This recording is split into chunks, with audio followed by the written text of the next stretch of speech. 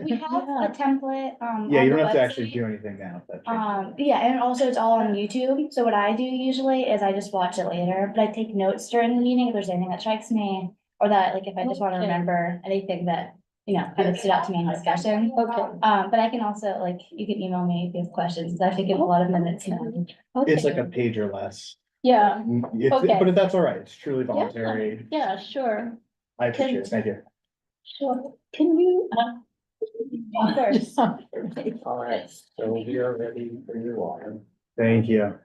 Welcome to the October 22nd, 2024 meeting of the Youth and Education Committee. We are starting late and it is solely my fault. I thank everyone for their patience. My name is John DeRico and I'm the chair of the committee. Tonight, we are joined by Community Coordinator Brian Lafferty. The meeting is called to order at 6:38 p.m. As a reminder, New York State law requires all committee members who are not able to attend the meeting in person to have their cameras on and their first and last name displayed from the time the meeting is called to order until the time the meeting is adjourned. Members of the public who are attending virtually, you can raise any comments or questions that you have through the Q&A feature of Zoom. Members of the public who are here in person, you can raise any questions that you have by raising your hand. If there's time following the committee's discussion, we will field questions from the public. Katie has, out of the graciousness of her heart, volunteered to take minutes. Very much appreciated. We're now going to take attendance by roll call. Brian Lafferty will conduct the roll call. Thanks, John. Committee members, I'll call your name. When your name is called, please say present. I'll announce if there is a quorum. John DeRico. Present. Thank you. Stu Desmond. Present. Thank you. Kevin O'Keefe. I'm here virtually. Thank you. Roberto Ruiz Melendez. We spoke last week. I'm not sure if he was going to be able to attend. Livia Shredder. Present. Thank you. Robbie Eckenthal. present, Thank you. Katie Linda. present. Thank you. And, David Levy is excused. With 6 of 8 members, we have a quorum. Thank you, Brian. The agenda for tonight's meeting was distributed ahead of time by the board office and is reflected on the screen before you. If there is no objection, we'll adopt the agenda. Members of the committee, if you object to adopting the agenda, please raise your hand. Seeing no objections, the agenda for tonight's meeting is adopted. The minutes from the May 28th, 2024 and September 24th, 2024 Youth and Education Committee meetings were distributed ahead of time by the board office. If there is no objection, we will adopt these minutes as drafted. Members of the committee, if you object to adopting either of these minutes, please raise your hand and indicate which one you object to. Seeing no objections, these minutes are adopted. Will soon be available on the CV6 website. In order to conduct an efficient meeting, let's observe a few ground rules. I'm going to go through these extra quickly, given the delayed start. No one may speak until granted the floor. If you're here in person and you have a question, please raise your hand. If you're attending remotely, just raise your hand through Zoom and I'll identify you. Please try to speak only one person at a time. The chat function for committee members present via Zoom should not be used for committee business or questions about agenda topics. All such remarks should be made on the record by raising your hand through Zoom. Chat should only be used to alert us to any technical difficulties you're having or to state in writing information, like an email address, that was already stated aloud on the record during the meeting. Tonight's agenda, we'll start with a presentation from Transportation Alternatives on its Bike More $5 monthly city bike memberships for students initiative. And I believe we have someone in person to help us. Do you want to introduce yourself? And thank you for coming in person. It's fantastic. Yes, I'm Riley Miles. I'm a senior in high school currently at Brooklyn Tech, and I would like to, is there like a place I should stand? Wherever you like. Comfortable. I love this because last time I did this, there's like a mic you have to do for the Zoom meeting, but I guess it just like works better here. Before you jump in, Riley, Kevin, can you hear Riley okay? I'm gonna take your silence as a yes. Riley, actually, just to be safe, do you want to sit at the table? Because we have mics here that'll pick you up. Is that all right? But if you don't feel comfortable doing that. I'd rather stand up if there's a. No, John? no. Hey, I can Kevin, hear you and Riley clearly. Sorry, I was on mute. No, that's all right. All right, so Go for it. it's fine. All right, also, is everybody can control the slides? Yeah, I can advance it for you, just let me know. Okay, sure, I'll just tell you. Hello, Manhattan Community Board 6. Thank you for giving me this platform to speak on. My name is Riley Miles. I told this already, and I'm here to explain why students deserve better transit options and how $5 city bike memberships can make a difference. So earlier this year, the newly formed Transportation Alternatives Youth Activist Committee, mouthful, embarked on our first citywide initiative, Bike More, advocating for the expansion of the $5 per month membership program to all high school students and CUNY students. In this, sorry, I lost myself. The purpose of our campaign is to advocate for improved transportation solutions that cater to students' needs. And in this presentation, we'll be discussing the need for the program, its benefits, and how we've been engaging with the community. We'll also be addressing any relevant concerns and questions towards the end of the presentation, so please hold all the questions until then. I'm sure you guys know about the giant mess that happens at the UN gridlock every September. Streets are closed, the FDR is shut down, and the traffic moves at like not even a snail's pace. So unfortunately, public transit here is not up to par. The Second Avenue subway is not real, unfortunately. And the only line that goes near the district is the 4, 5, and 6, which are always ridiculously crowded. You ever go one of those trains at like rush hour and there's just no space. It's like an anthill. But on top of the subway service being non-existent, Community Board Assist is one of the slowest speeds for buses in the community, with buses traveling at only 6.24 miles per hour on average. In comparison, city bikes travel at an average speed of 8.3 miles per hour. Unfortunately, trains and buses are the most affordable and accessible forms of public transit, which is why they have all these problems that come with them. But there's another option that stands just beyond the fingertips of most students: biking. With bikes, you just gear up and start pedaling. You don't need to worry about a passenger holding the doors or getting stuck behind a taxi. But bikes aren't exactly cheap, and the lack of secure storage at home or at school isn't really an incentive to buy one. The current city bike membership model does not make it any easier. At $220 per year, that's a lot of money, especially for high school students who may not have a job. And that's this upfront cuts can be a major barrier, especially for those living on these tight budgets like CUNY students. And according to a report, half of CUNY students come from households with incomes less than $30,000. And 70% of students served by the New York City public school system are reported to be economically disadvantaged during the 2022 school year. For those students, including me, finding an extra $220 for a bike membership can be a very daunting task. That's why an affordable bike share program like the $5 City Bike campaign is essential. By offering a discounted membership rate, we can make biking a viable option for students who need it most without breaking the bank. By making City Bike more affordable for New York City students, we can empower them to take control of their daily commutes, reduce financial stress, and focus on their academic and personal goals. It's a simple yet powerful way to promote mobility, equity, and opportunity for all. Next slide. Beyond the economic case for expanding student access to City Bike, there are several other benefits to promoting biking as a viable transportation option for students. According to numerous studies, such as one done by the National Institutes of Health, as little as 20 to 30 minutes of daily exercise, which is about the time it would take to get to school with the bike, is correlated to much improved physical and mental health. And these benefits aren't only related to health. 60% of City Bike users report feeling more engaged and alert after cycling, which could lead to a better focus and concentration in class. And cycling is another effective way to reduce your carbon footprint instead of driving to work, a main contributor to the climate crisis. By making city bikes more affordable, the campaign will help create a more sustainable, equitable, and healthy transportation option for all students. To give you a better insight into our campaign strategy, I've outlined our campaign milestones and what we hope to accomplish by early 2025. In February, we launched our campaign at Vision Zero Youth Day, and since March, we've been actively canvassing and engaging in grassroots support to gather over 880 signatures of support from New York City students and residents. During the summer, we focused on connecting with over 80 schools and community organizations to build our letter of support, and this fall, we're making our rounds to deliver presentations to all the community boards, such as this one, in the City Bike Zone. And in January 2025, after meeting with everybody, we're going to meet with the City Bike Equity team to show them the support we've gathered and make our proposal to them officially for the $5 per month City Bike membership. So there's some anticipated questions we've encountered regarding the eligibility and safety of our campaign. So for safety, we proposed implementing measures like helmet distribution, bike safety workshops, and education programs, and partnering with local organizations to make this, make the transition smoother.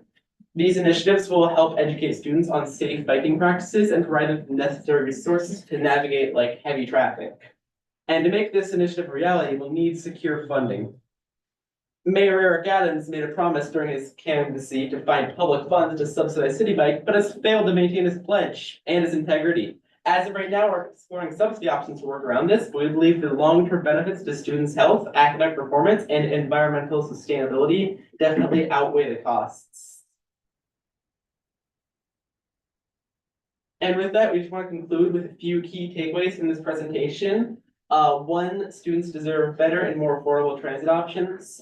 Two, it is feasible to reduce the price of City Bike memberships. And three, the benefits of doing so outweigh the risks. What? Thank you for considering our proposal. The Youth Activist Committee encourages you to pass our resolution and join the movement for affordable, sustainable, and accessible student transit. Together, let's gear up for progress and create a brighter future for our students. Ride with us and support our resolution today. Thank you so much, Riley. That was great. There's a few questions coming in here. We're gonna go through any questions from the committee, then address those raised virtually. Your presentation was great and it addressed, what I imagine are probably fairly common safety concerns. I think they were focused more on the riders, but I'm curious what, safety concerns you either are or could plan on implementing for pedestrians. I'm wondering if something like a required bike safety course for all participants in this program is being contemplated. Well, earlier in this, I did mention that we are hoping to also implement like bike safety workshops so that students are able to ride safely. And I think that like in general, biking isn't really a huge like risk for pedestrians. Very few if any pedestrians like die in bike crashes every year. But I definitely understand the concern about that, and we would love to address that and make sure that students are riding bikes safely, obviously. Yeah, we did have a death in our district, so I just want to, Oh, I I'm do sorry. think it is a pertinent concern. Yes, It's of a course. well-placed concern, but I appreciate you answering the question, and I do appreciate it's a difficult question. I did want to ask too, just, and also partly so I don't miss this question, will the $5 a month membership you're contemplating include e-bikes, or will it just be the traditional manual? It will include e-bikes, the same as because this program has been implemented for other groups, such as the New York City like housing, people who live in affordable housing and people who receive food stamps currently receive these discount memberships, and those include e-bikes. So we're just going off of the same proposal that they have implemented, which does in fact include e-bikes. Thank you. I have other questions, but I wanted to open up to the committee too, to see if they have any questions. Actually, from you first, you said that there was a death of a pedestrian struck by a bicyclist. Do we know anything of the circumstance? Yeah, it was a little while ago, maybe 6 months to 8 months ago. It was a young child. And was fault determined? Oh, no, and I know nothing of anything like that. What cross street? I have no memory. Okay, and you spoke not just about safety, but you said, bike etiquette is essential for the success of this program. That's an issue all around the city. Yeah. How do you anticipate addressing that here? Well, as I said, we would love to implement like these safety workshops, and that would teach bike etiquette as well for students. Who would conduct them? I do not know that right now. I do not have all of the details here. I'm a lowly high school student, though. I'm getting it. And the proposition is that in order to participate in this program, these workshops would be mandatory. Hopefully that would be the case. I can't guarantee that right now because I'm not like a member of City Bike. We would have to make this proposal and there might be some kind of like issues with implementing that, but our goal is to have these workshops to be mandatory. Yes. So, is City Bike a for-profit or a non-profit organization? City Bike is, I'm pretty sure a nonprofit. They're funded by the city. And no, I don't think they're a for-profit organization. Does anyone know that for sure? Because I think this program is a really great idea, but I hesitate to have the city funding a for-profit, so I would see doing this temporarily and moving towards a public bike system for students, which I think would be really a great thing. If City Bike is a for-profit. How many students take City Bike right now? Do we know that? I do not have the data for that, no. It's not something that's collected, but the number is not very high because students cannot, not a lot of students can afford like a $220 per month or per year, sorry, membership. Are there docking stations by most of the schools? Yes, in general, it'll be like a docking station within most of the schools, like area, or at least close to them. I'm just thinking about this. When I use City Bike, I access it through Lyft. So I kind of assume it's a for-profit enterprise. And I think that would be like, we'll need to nail that down as a committee before we proceed with any resolution. I I'm think. not exactly sure if City Bike is a non-profit, but they do receive like city funding. I don't really think there's like a big concern of them like embezzling funds or anything, and there's not really a good workaround. There's not a second bike share in the city. It would be better if they were a non-profit, but I can't confirm that right now. How much would the for-profit. city have to pay? City, I don't City know, Bike for the that's membership? because I don't know how many people would sign up for this. It would be depending on the amount of people that sign up. There's no like definite amount of money. But it would just be like that the city would be paying for basically the difference between the yearly subscription and the monthly. So it would be about like, it costs less. So the city would be paying the difference. It is for profit. Yeah, I just want to quickly interject. A lot of folks are passionate about this issue of messaging on the chat. If you could reserve the chat for any questions, I appreciate the engagement, but it's just hard to, Ron, you're actively doing it right now. Thank you. I appreciate it. And again, I do appreciate the engagement. I promise we'll give those interested in the public a chance to speak. According to Wikipedia, the authority, City Bike's a privately owned public bicycle sharing system. And according to Google, it's a public-private partnership between the City Department of Transportation and Lyft.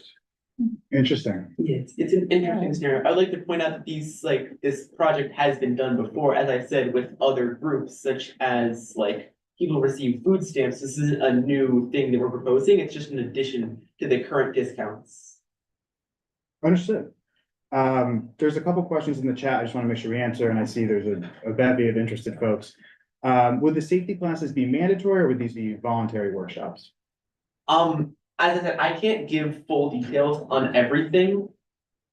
The details aren't really finalized. I can't promise anything, is what I'm trying to say. I would prefer if they were mandatory, but I can't guarantee they will be.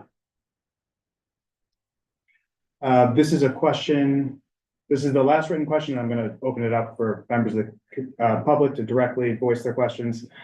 Someone asked, don't students already receive reduced transportation costs from the MTA for subway and buses? Topic we'll address soon. Why should we subsidize more traffic on our streets? Well, we do already give memberships to these students. The point of this is to help give students who don't have a lot of good public transportation options a better way of like getting to school. And that may not be as much of a problem in this district, but in a lot of other, because this is a citywide program, in a lot of like other areas, like if you live way out in Queens or, near Coney Island in Brooklyn, there might be more space and it might not be as easy for you to get like an easy public transportation option to school. Thank you. I'm going to open this up to questions from the public. They're in an order on my screen. I don't know if it's necessarily the first one who raised their hand, but let's start with Carrie Michaels. Could we unmute her, please? No, row each one.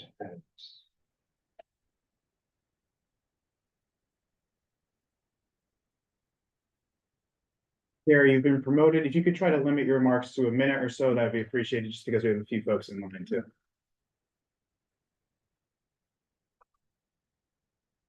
Okay, that the unmute button just came up. Can you hear me? We can hear you. Thank you. Okay, great. Thank you. First of all, while I can appreciate the students' initiative, TA has been making these pushes using students around community boards, and the response has been the same, which is it is woefully unprepared. The fact that this student just said that people have not been injured by bicycles is ridiculous. I've been hit twice by an e-bike and in the hospital. Other people on this call will speak more directly to that. Lyft owns City Bike. This is a private company that is being pushed by the DOT for this profit share. Don't kid yourself. And I just resent the fact that Transportation Alternatives is using children to lobby their initiative in some manner that they think is going to be safe. What about helmets? What about the overwhelming amount of people, adults that ride city bikes wearing headphones or earbuds? No one follows laws as it is. We have a crisis of e-mobility already in the park and in our city streets. This presentation needs serious reworking. And if they think they're going to meet with City Bike, that's a joke. They're going to meet with Lyft, and Lyft is out for the money because they're losing money with this program currently. I will not support something through my tax dollars that is so egregiously unsafe already. This is an insulting presentation that is very, very heated already in this city. And kids have been getting feedback, and they are still doing the same presentation without answering the questions that need to be addressed for safety for all New Yorkers. Thank you very much. Thank you, Carrie. I would ask that I appreciate the policy points. I would ask that we limit and really eliminate any personal character attacks. Not a character attack, not a character attack. This was absolutely accurate. I'm sorry. This isn't an open discussion, this part. I'm sorry. You repeatedly characterized the presenter. I just didn't appreciate that. I appreciate your policy points, but no need to make it personal. And I would also ask that you're welcome to speak, but this is for questions. So we're going to go to the next speaker. And if you don't have a question, I would ask that you lower your hand.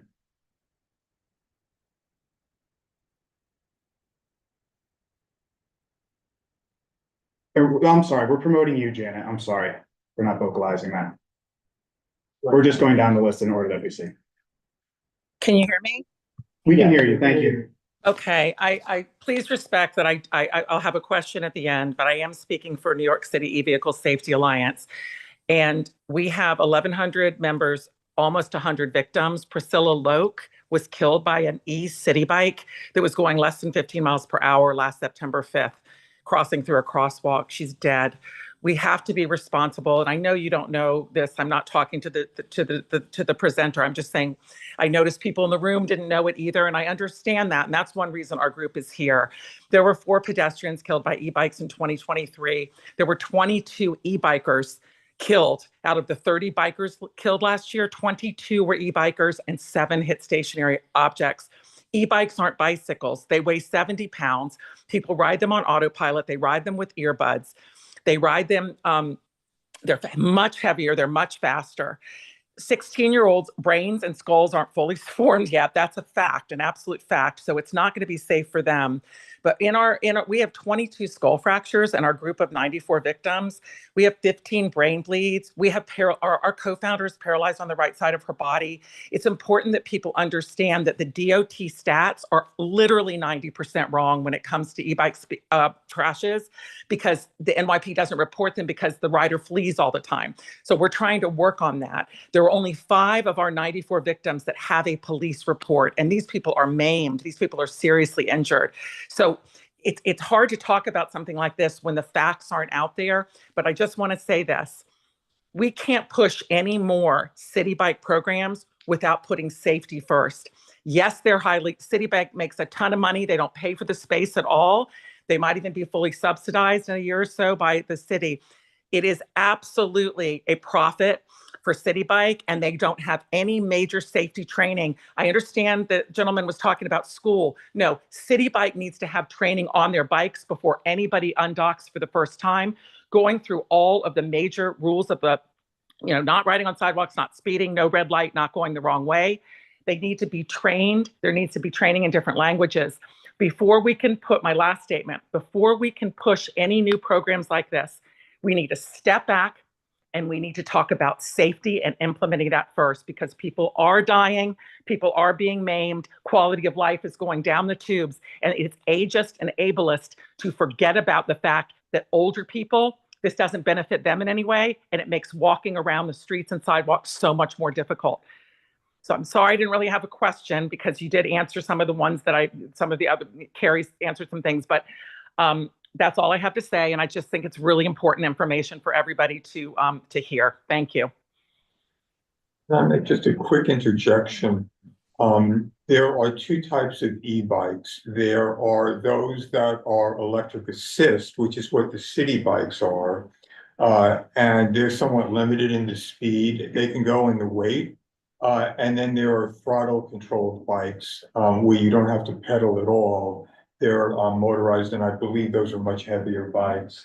You may know, but Yeah, well, I'd like to say two things. First of all, I would like to apologize. I did misspeak when I talked about the people injured by bikes. That is my fault. I meant to, I think I might have said that there were no people killed. I meant to say that that the injuries are limited and are less than the amount of people that automobiles injured. It was a bad statement on my part. I would like to apologize to both the people that just spoke about that. But on that, yes, the e-bikes that City Bike provides are not traditional e-bikes, though they are assisted, but they are not like fully automated. I have taken one myself, people I know have taken them, they are not fully automated, and they are speed controlled, not as heavy, and you do have to pedal them. It is mainly there to help people who are not as like physically fit, older people who might want to take a city bike. It helps them be able to bike at the same speed as others do. Is there any mechanism for giving people on bikes tickets? I've seen cops actually pull over bicyclists they thought were going too fast, but I mean, that's happened once in the last 6 years that I've seen. And it's purely anecdotal. I don't know of any programs or task force designed to it, not to say that they don't exist. I'm just unaware. Wendy, I see your hand is up. We're gonna go to you next. Thank you, Brian. I would just like to reiterate, if we could try to keep it to a minute. If there's a question, I think that would be the most productive use of our time. Yes, can Go you ahead, hear me? Wendy. Yep, we Okay, can, thank you. sorry. Okay, all right. Well, thank you so much for the presentation. I'm also one of the victims who was hit by an e-bike, actually driven by a young person going the wrong way on the bike lane. They do go up to 20 miles an hour, so it is quite fast. My question is to the young gentleman, and I appreciate your presentation. Is your group willing to also advocate for enforcement of the current laws that do exist, such as going the wrong way, going through red lights? Because it's great if everyone, obviously we talked about the potential mandatory workshop, which would be obviously extremely necessary. But also if there's no enforcement of the rules, then we have no way of sort of making sure more people aren't getting injured and more people aren't dying. So I will say, when I was taken by ambulance to the hospital, everyone thanked me for wearing a helmet, but I was also told in the emergency room that this is all they do all day long now: bike accidents. Pedestrians being hit by bikes and bikers hitting each other and bikers falling off their bikes, et cetera, and the majority of them, like huge number of them, are city e-bikes. So it is a huge problem. But will your group be willing to advocate for the enforcement of the safety rules? I mean, I guess the issue that I have is that we are not a large group at all. So like, we cannot really go and say like, we can't go and tell the city, you have to go and create an entirely new system to enforce these laws.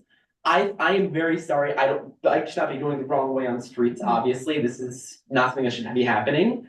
And that is why we are advocating for safety. I don't think that students should be out here on streets with like zero idea how to ride a bike, just on an e-bike going on the street. No one thinks that, but we don't have really the capability. I'm not part of the main group of transportation alternatives advocating here. I'm part of one of the side groups, the youth activism group, which is very small. And so we cannot really advocate for like 4 things at once. I've had to do like 3 of these presentations in a row. It's hard to even do one thing. So I appreciate your concern, but I just don't really think that we can advocate for that. However, we do include things like promoting safety on these bikes.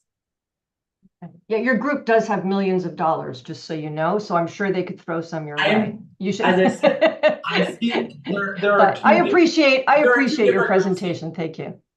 Yes, there are 2 different groups here, and we are part of Transportation Alternatives technically, but we are not like a main part. Transportation Alternatives itself does a lot more work than we do, which is just a smaller committee. We were founded like earlier this year, so.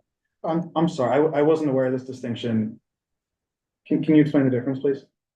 There's basically Transportation Alternatives itself is a larger activism group, but we are a subcommittee in the group, the youth activist group. This is not a cause that Transportation Alternatives itself is fighting for, but rather the smaller committee inside. And that is also why we don't have like a lot of really, I guess, it's why unfortunately I cannot answer a lot of these questions like, will you build more docks or can you advocate for safety? Because we are not the larger group. This is something, these are concerns that we hear, we know, and we will try to address when this project goes up the chain into the main group of transportation alternatives possibly, and then to City Bike themselves.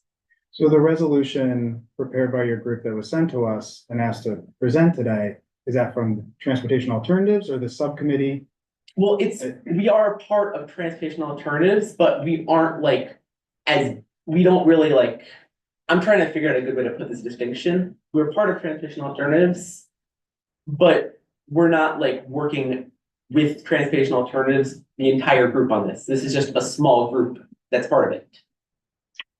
I'm I'm having trouble really. No, it's okay, but I have trouble endorsing or even putting forth a resolution if I don't know necessarily which group we're supporting, the relationship between the 2 groups. Well, we or are which is part, really- we are part of Transportation Alternatives, so the group would be at the top of the chain by Transportation Alternatives, yes. The distinction between the 2 is really just a matter of how much power we have at this current time. Okay, oh, I'm sorry. What is the relationship between transportation alternatives and Lyft?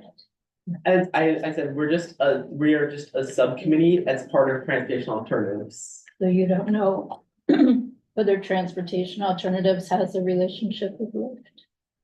Transportation Alternatives is not a relationship with Lyft, no. Are you certain about that, or that's just your current understanding? Yes, To which one? It's your current understanding? it's my You're certain current about it. understanding. I can't be 100% certain, but there's no reason we would have a connection. Mary, we're gonna promote you next.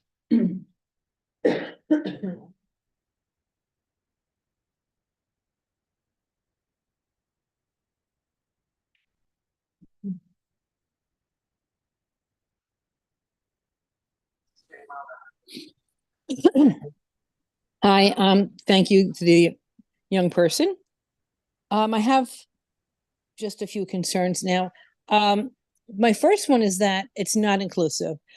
The implication that there are no struggling students in SUNY schools and private schools. I have 6 children, and I have now grandchildren that my grandchildren are now attending college. And my children all went to school on scholarships, and they did go to SUNY schools and they did go to private schools. And we did struggle. I am a single parent at that time. And so that being that non-inclusiveness, that just is just only SUNY students struggle.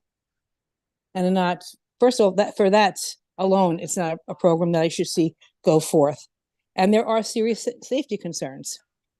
As a family that bikes, I see it myself. Now, I don't bike anymore because of a handicapped person, and I cannot bike anymore. And it is dangerous to try to cross the street as a person who has mobility issues. And I see the weaving in and out and the disregard for has been explained. So I'm not going, that's been explained very well. But the distractive writer of the young people and even adults who have their earbuds in, and no one's talked about the constant looking at their cell phones as they're writing. And young people live with their cell phones. So I really do believe the safety issues are a serious problem. But it really bothers me is the non-inclusive, that other students in other schools are not included. Thank you for your time. Thank you, Mary. Look, for the first point, I would like to say, I would love if we could give this membership to all students in SUNY schools, in private schools. The issue is one I have come back to, and it's the fact that we have limited power as a subcommittee. So it's a matter of we don't want to set our goals really high. And we would like to work with this group first, with like this smaller population first, and then we can expand it in the future, possibly. Another board is actually working a resolution that included all public school students. Or not, sorry, all school students, public, private, CUNY, SUNY, whatever. Which, we would love to support, we support that. But we are just simply like, when we're passing this, we're not trying to shoot for the stars, we're just trying to get what we can done. And you brought up the safety concerns. I think I have already addressed those enough. And I would love to create more safety on bikes. I understand it's a huge problem. I'm not going to deny that there's a lot of students on their phones all the time. I don't know if that's much of an issue on the bikes. I cannot speak. I usually bike around in Brooklyn, but we will try our best to address those problems. Thank you. Oh, go ahead, Lydia. Say that like, it's not just students who use their phone or have bad biking habits, and I think that should be, a bigger issue we address, but I don't think it's fair to put it like the onus on students, because I see it with a lot of individuals. Again, I'm sorry to keep coming back to this, but it just keeps getting murkier and murkier for me. You said we don't have the power to expand this beyond SUNY. I think referring to the subcommittee doesn't have the power to expand this beyond SUNY. Well, I think it's more of that we don't want to try to like set our goals too high. We want to set something that we think is achievable. I'm sorry, who's we in that sense? The subcommittee, Okay. the youth advocacy group.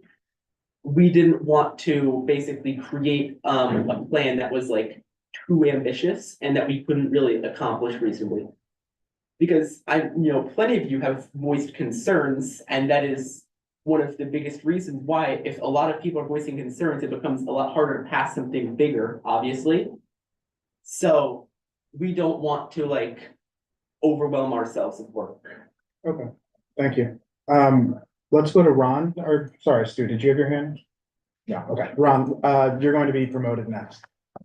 And I do want to apologize, Ron. I think you were one of the initial people that raised their hand, and we're just coming to you now. So I'm sorry. I'm just going by the list in front of you. You should be able to unmute and speak now, Ron. There I am. Hello, everybody. Can you hear me? Thanks for having us. I first want to mention that the last statement that was made about the injuries, etc. There is a lady named Roberta Simon who was hit by kids on city bikes this summer. They were on their phones laughing and joking, as kids would do, but they weren't paying attention. And they were going nearly 20 miles an hour. They hit her, knocked her 12 feet in the air, unconscious, in the hospital for 14 days with major brain injury. So that is a fact. You can look that up. I'll ask you a question, but first I need to drive me nuts the fact that the presenter doesn't know this, and I'm sad for this. Transportation Alternatives is a lobbying group, and their clients include Lyft, Uber, the delivery apps, etc.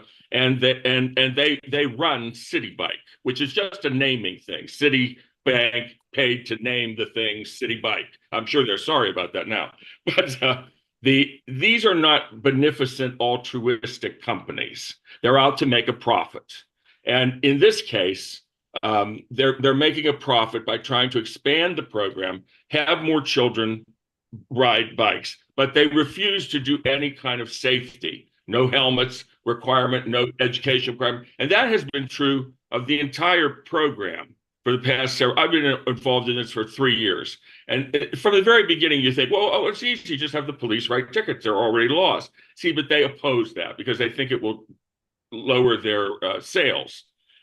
So I just as a question for the board, for your committee, do you think that it's fair to put a young person who's obviously a fine young person trying to do something good in a position like this, where they are given the facts and they are being put in this position for a reason? They're using this kid and you should not participate in allowing these youngsters to be used like this. And then that's all I'll say. Thank you very much. Speaking as an individual, and not as a member of the community board, I think you've been put in a difficult spot, Riley, to be frank. I don't know how you feel about it. It doesn't quite sit right with me, but that's my individual views. Stu? Yeah. I just, if Ron is still on. I think he is. I'm sorry. Yeah. He said that, that Transportation Alternatives is a lobbyist for these private firms. I'd like to know, what the basis is for him saying that. TA's been around for many years before this, and they're not. Well, go ahead, please. It was at one point, the person that can answer these kinds of questions, I think, is online. Do you have Sandy Rayburn on this call? She is online, and her hand has been. Can answer these questions better than I can.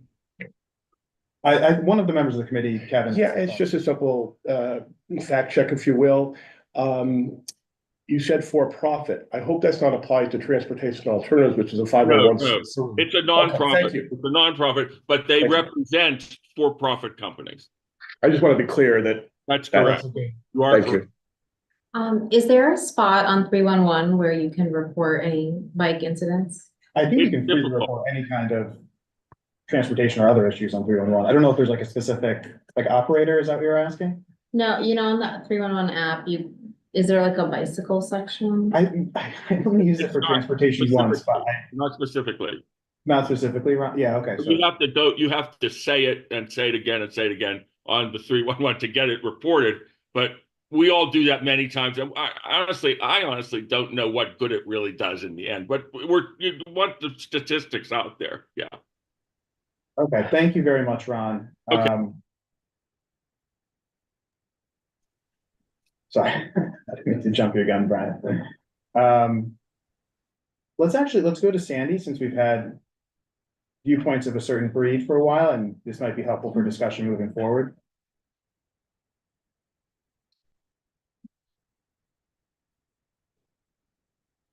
On my screen, she has her hand. Yeah. One moment.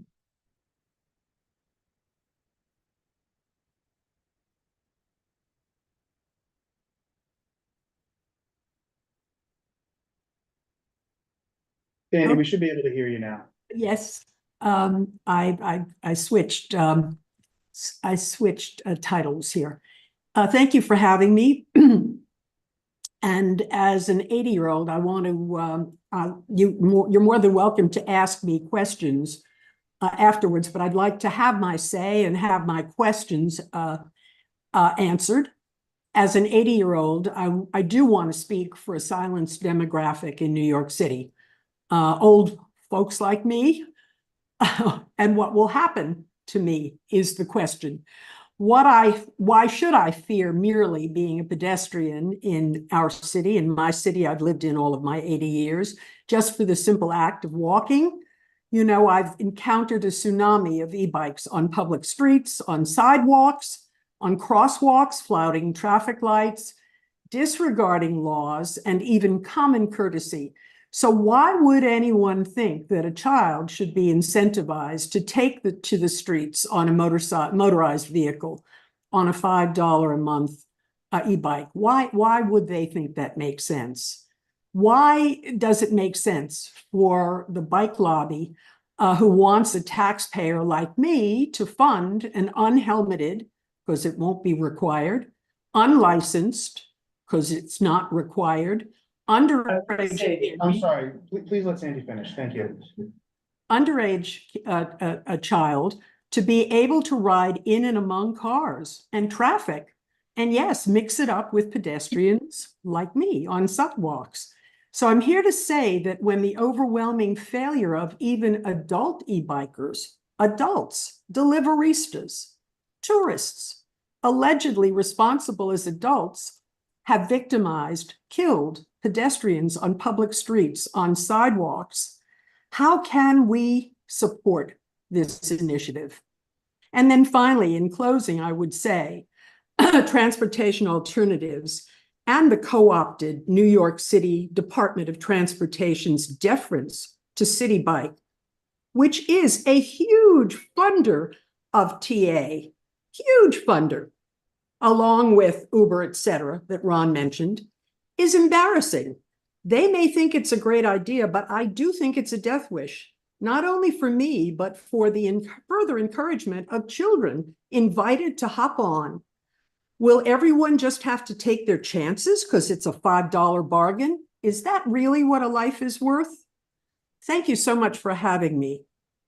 Thank you, Sandy. And Riley, I'm sorry to interject over you. I appreciate your passion and engagement, and you've been certainly in the hot seat. It doesn't work if we speak over each other. So if you'd like to The respond. program, first of all, the program does in fact campaign for the mandatory student helmets. I mentioned this in a slide where we said that we would like to have helmets used for all students and make them part of required for the program. Second of all, no, I can't say that. I don't know if this is fully true or not, so I cannot speak on it. Yeah, I wouldn't speculate while this is. Yeah, I don't want to make speculations and guesses. Can I ask what age,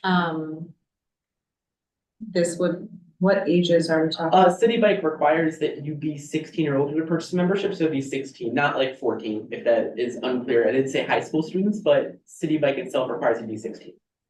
Is there any way that they check Yes. that people are making memberships? They use, I'm pretty sure, like, you have to if you're buying it as a student, you have to verify it with like a school ID and a birthday is checked.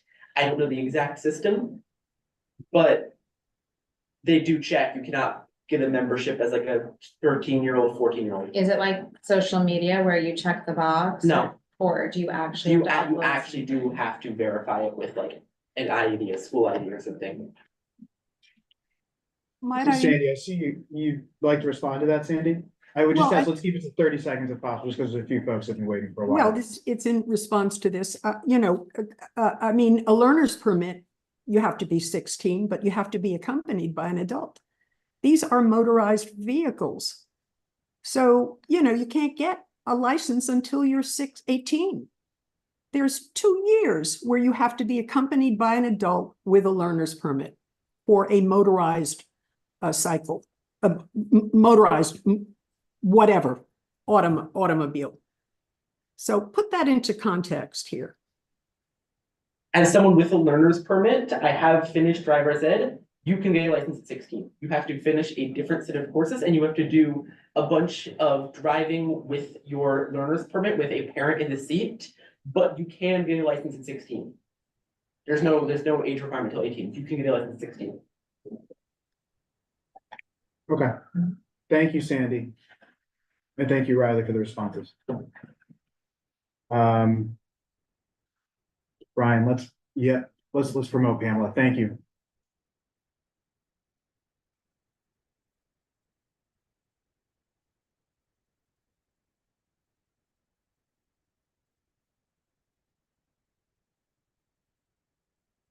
Pamela, I think you should be able to unmute yourself whenever you're ready. Yes, I did unmute. Can you hear me? We can hear you. Thank you. Okay, so here I will put my video on too. So I want to address all of this. I am a victim. I am also a founding member of EFSA along with Janet Schroeder. And I was hit by an e-vehicle and I am only 62. I do agree that it's ageless and ableist. Yeah. We have so many victims, as Janet said, but I want to address the fact that I too have raised 3 children in Manhattan. And the last one, who's 18, goes to a public school. And I recently just asked him, because this has come up many times about this e-bike $5 system, right? The people he knows who go to LaGuardia, who commute all over the city. And I might add that as a child, I commuted from Queens and I took the subway. Back then it was 5 cents to ride the bus. And it was only not even good on the weekends. Now they can ride free 7 days a week. Okay. I'm telling you, that's a deal. All right. 7 days a week, it's free. And let me tell you, and he agrees with me, that the kids who are commuting from all over the boroughs are not going to bike, even on an e-bike. They are getting up at, the crack of dawn, and they got to get to school. The fastest way is the subway. End of story. And if you live close enough, doesn't even matter. One subway stop, you can still get a subway card, okay? Anyway, that's all I really wanted to say. It's not a secret that we are living in chaos with all e-bikes. And I want to also address that the stats are inaccurate. My accident that I still call an accident, but it was a crash, was 2 years ago. And it's only getting worse out there. I think we can all agree, but the child's minds are hardly developed to make these rational decisions. Unfortunately, we do have many adults who also have trouble with this. There are so many people who are not following the rules and the laws and safety, like just common sense safety, right? But a child, why do they need it? They don't need it. I can tell you as a mother, they don't need it. All right. They don't need it. They're fine walking, or they're fine riding a regular bike if they really want to. That's what I always did. That's what you did. Why e-bikes now? Why they go faster, they're heavier, and they're dangerous, and they're lawless. And I don't think we should include our children in this kind of lawless, crazy behavior. And I do appreciate this speaker and presenter today. And I feel for him. I as I said, I have an 18-year-old, and he still goes to high school, and he's graduating this year. And I would not want him to be in this situation, in this position with trans alternatives, as this young man has been tonight. And thank you for listening to me. I don't really have a question. I'm gonna actually flip the script a little bit. Pamela, I'm curious if if their proposal was limited to traditional bikes and explicitly excluded e-bikes, would that change your mind on any of this at all? Yes, but And I should also say, you don't have to answer if you don't want to answer. no, I think a regular bike would, and that does not include city bikes, because city bikes are all a little heavier, I think. They're not anything like a regular bicycle, and they go much, much, much faster. But no way do kids want to commute on a regular bike anymore. That is, I don't think that's the issue. I don't know what this issue is. This is an unrealistic issue. It's an unnecessary issue. I mean, our children do not need e-bikes to get to school, nor do they need to ride an e-bike with a parent to get to school. I mean, it's just ridiculous. Okay, thank you. Thank you for indulging my question. Riley, did you have a response or? No. No questions? Okay, thank you, Pamela. Okay, let's go to Susan. Susan, you've done the remarkable task of having multiple hands up at the same time, which I didn't realize you could do.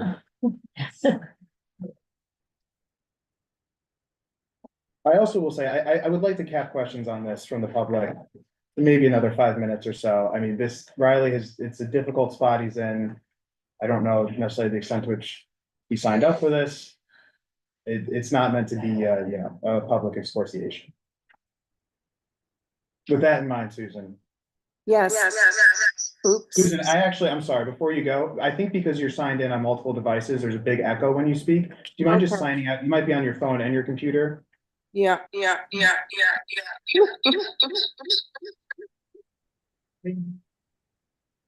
Sounds like a Pink Floyd album. Okay. Is that better? Much better. Great. Thank you. President South Beach Civic Association, representing the South Beach community and working with all of Staten Island. I am also president of Staten Island Civics United.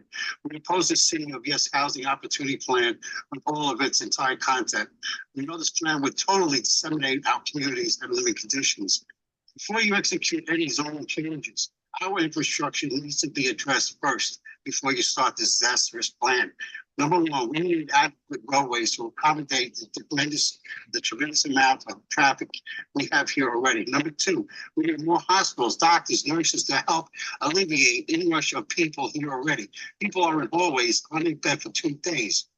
We need more police in the areas of enforcement. Number four, we need traffic agents to manage all the intersections. All-lane roadways are bumper to bumper due to too many vehicles. Example, Rockland Avenue, from Richmond Road to Richmond Avenue. Number five, we need more New York City services, DOB, DOT, DOH, DOP, DEC. We need services to repair the damages already existing and caused by the cost-cutting services from this administration and past administrations. Number seven, we need more schools. Our school classrooms are oversized. How are our children supposed to learn with so many other students in an oversized packed classroom? And finally, number eight, city planning must sit down with the homeowners and residents, discuss these issues before any type of zoning changes are executed. Okay, so Susan, I'm sorry, your voice was deeper than I expected, first off, but I'm not sure what that was. If you have some direct questions or concerns on the issue at hand, you're welcome to raise them, but I would really ask that you keep it to the issue at hand. These are for businesses, not for homeowners, or for the residents. We, the people who work and live here each day. Thank you, Susan. You're welcome to raise your hand if you have any issues on the topic. That was a first. Let's go to Ellen. Can we make this the last question, please? It's on the same. Yeah, you can, anytime there's, there's no requirement to stay here. We can make this, the last one. I don't want to leave in the middle of here, but I've been here for an hour, just standing here taking questions.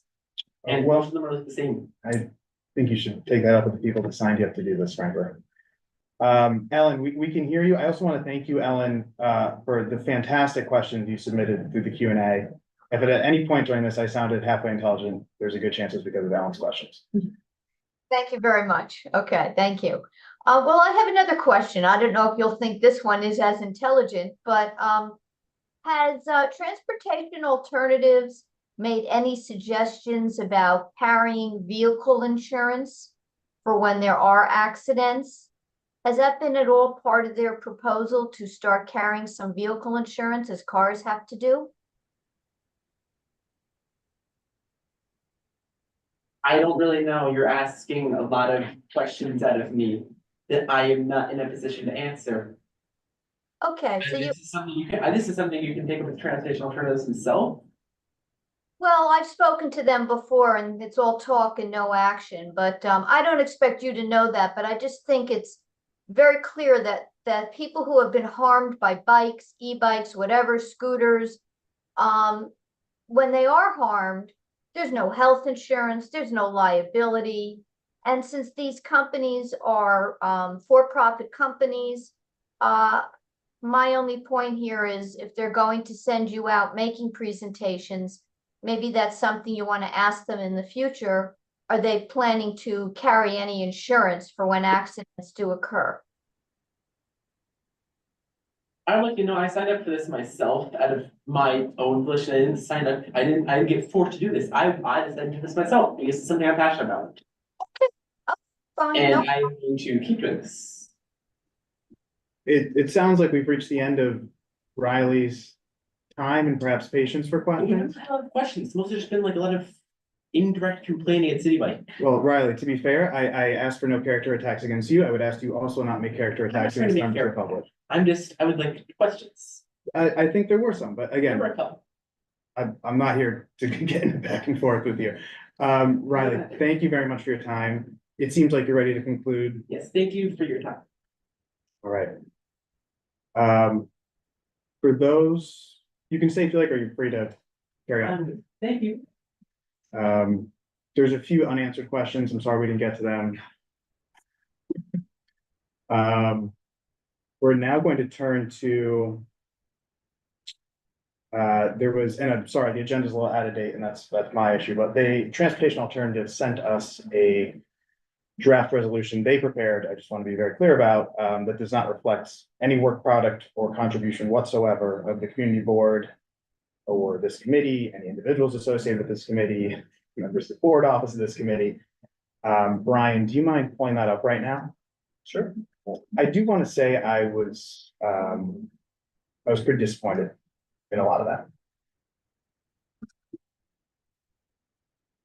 that. He had a hard job, I think.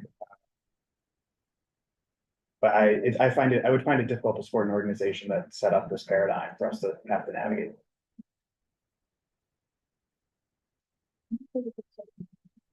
Yeah, I'm not, part of the hand raising function too, and thank you for raising, is not only questions, but also to raise concerns from the public. Jackie, if you have concerns that you feel would benefit our evaluation of TA's proposed resolution, we would be happy to promote you to a panelist. So realize you can't answer that question. Let's promote Jackie. Thank you. It's a tough resolution. Yeah. I have a feeling. This is, I'm sorry. I appreciate that. Hi, can Oh, you hear me or we and can, or thank- see me because Yes. I can't see myself. We can hear and see you. Two for Okay, two. great. So I just wanted to basically underscore everything that my fellow members of NYC EVSA have said.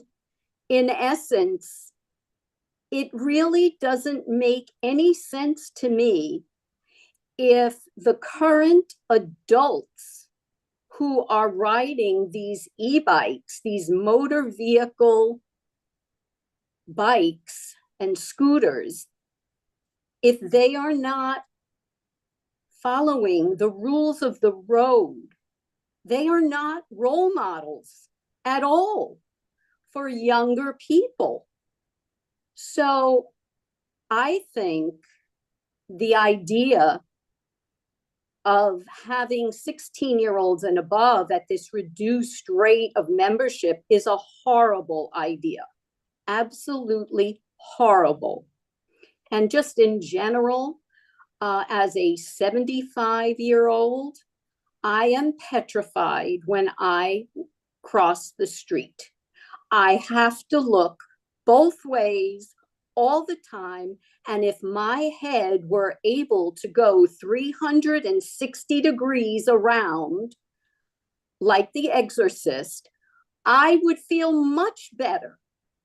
I am petrified, and especially at night, I am loath to go outside and go to various events, which I wouldn't have thought about twice in the past. It's really, really dangerous for everyone, but especially dangerous nowadays for the elderly and those with a variety of disabilities. It is really, really scary out there. Thank you, Jackie. That's what I wanted to say. Appreciate it.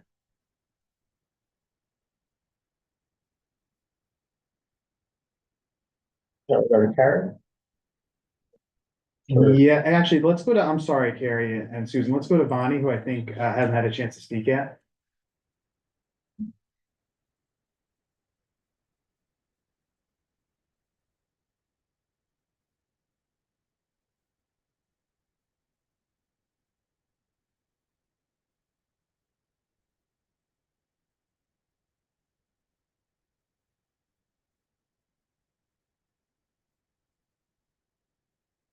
Oh, there we go. Thank you, Bonnie. You can unmute yourself. and turn on video if you like, but there's no obligation. Hi. Thank you for giving me the opportunity to speak. I am one of the victims, and I am a member of the EVSA group. I want to say I was almost killed standing on a sidewalk by an e-bike, doing nothing other than waiting for a light on 80th and 2nd.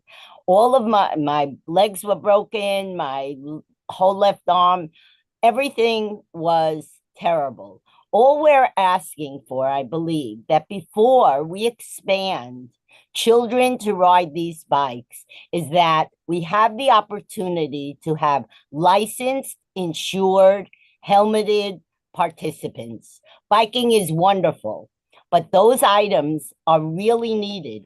And I looked up, Jersey has Hoboken and Manasquan, where they are requiring helmets, registration, and insurance. We have an item before, hopefully to go before the council that would request that, and that would be wonderful. But we really need community boards' assistance to promote that. Safety is the item. Yes, I applaud everything everyone has said about walking in the city and being able to turn around 360 to prevent another accident. It's horrifying. We need your help, and we hope that you can assist us in getting the proper safety items for all of the community. Thank you for letting me talk. Thank you, Bonnie.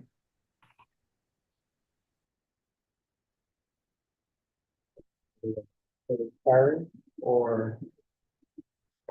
Great idea.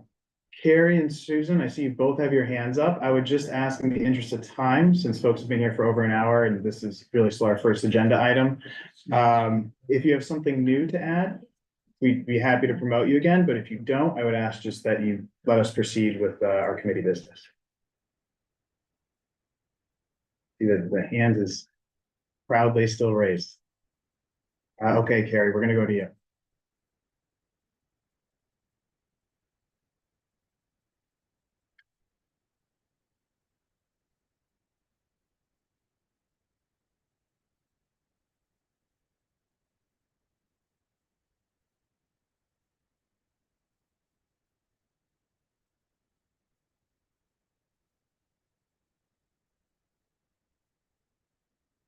Okay, thank you, Carrie. I appreciate the conscientiousness.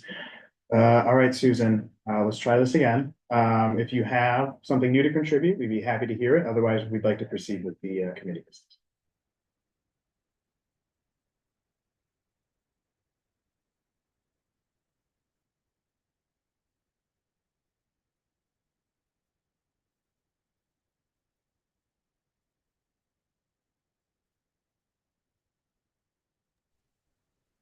Yes, hello.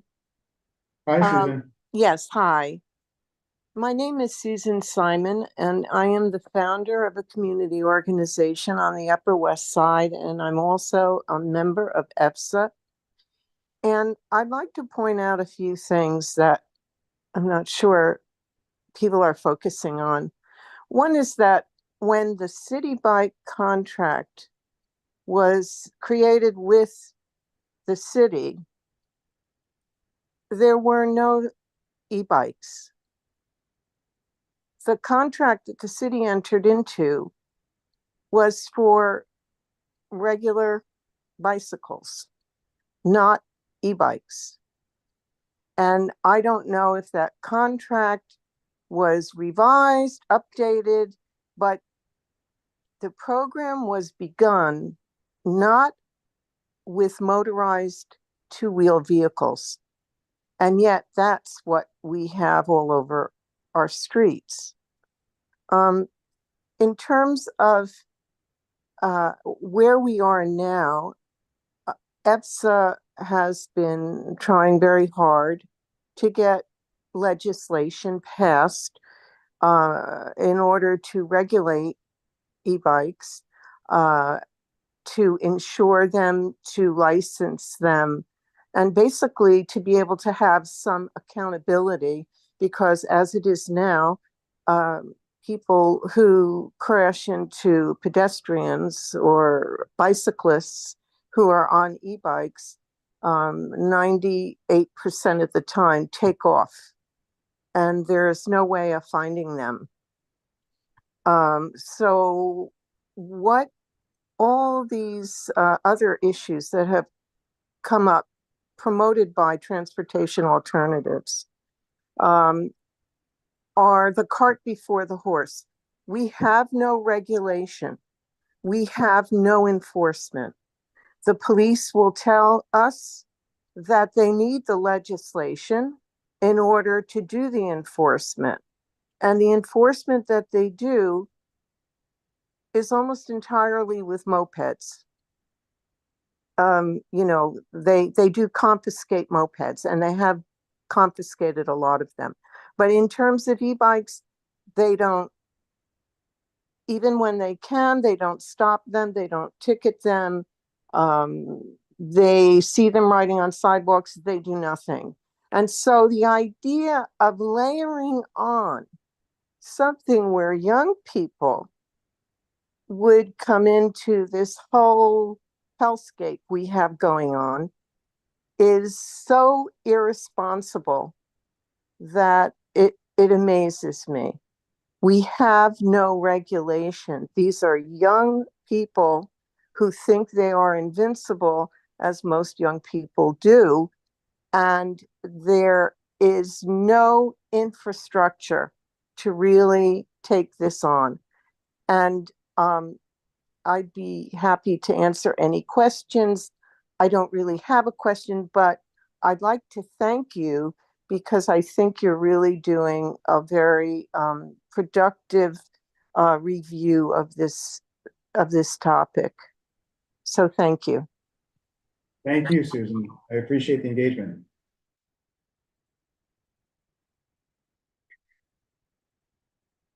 One left. I think Carrie raised her hand again.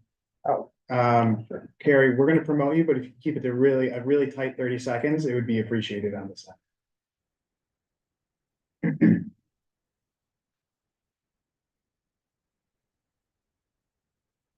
You should be able to unmute whenever you're ready, Carrie. Hi, I just wanted to say my comments earlier were not at all pertaining to the person presenting. I said presentation, and it was aimed at bringing awareness to transportation alternatives and how they have put this young man in this position. So I apologize for that. It was nothing personal toward him. I'm a cyclist, and I understand he is too. I have a passion for that. Being hit twice by an e-bike and landing in the hospital and suffering great injury and financial loss, among other things. My concern is heavy and weighted, and I appreciate this panel's review. You're asking good questions, and you're asking us to be accountable. The one question I do have, which I know Riley doesn't want to answer right now, but would be, you know, in addition to helmets, what are the guarantees that students wouldn't be wearing headphones and earbuds? It's a problem. When you're passing someone on the street, they can't even hear you. And that's how a lot of accidents are happening. Thank you again to the panel and to the young man. And again, I wasn't trying to be personal. Thank you. Very gracious. So I'm just going to mute you and the feedback. Riley left, so we'll have to imagine what his response would be. Did you raise your hand, Chris? Yes, I did. And I just wanted to reflect, this has been a really important debate. Yes, there are students out there with earbuds and other distractions. I just want to point out the other side. There are kids that are so conscientious about adhering to the rules. I happen to know a few, and they hate it just as much as others that were hit. Some of them were hit. So just want everybody to, of course, understand there are conscientious, good teenagers, maybe there's one right here, that do adhere or try to adhere by the laws without earphones because they know the dangers. No, a very valid counterpoint. So just to provide a little more background, one of the representatives from Transportation Alternatives prepared and sent me this draft resolution. I do just want to pull up her email because I asked which community boards had voted in favor of this draft resolution, because my understanding, based on our communications, is that they're sending the same resolution to a number of community boards and asking them to sign off on it.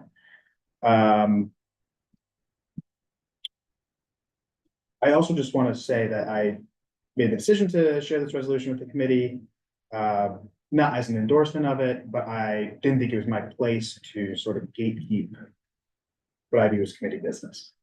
The breakdown of the resolution based on this representative from TA that they have presented in front of 10 community boards since early September. Although Riley said, I think this is his third one today, so that number may be inaccurate. These figures are as of October 15th. 3 of them voted to support the resolution. Manhattan Community Board 3, Manhattan Community Board 7, and Queens Community Board 1. 1 has agreed to write a letter of support, Queens Community Board 2. And this representative has stated that there was a quorum. There wasn't a quorum when the resolution was presented. They're waiting to hear back from 6 community boards across Manhattan.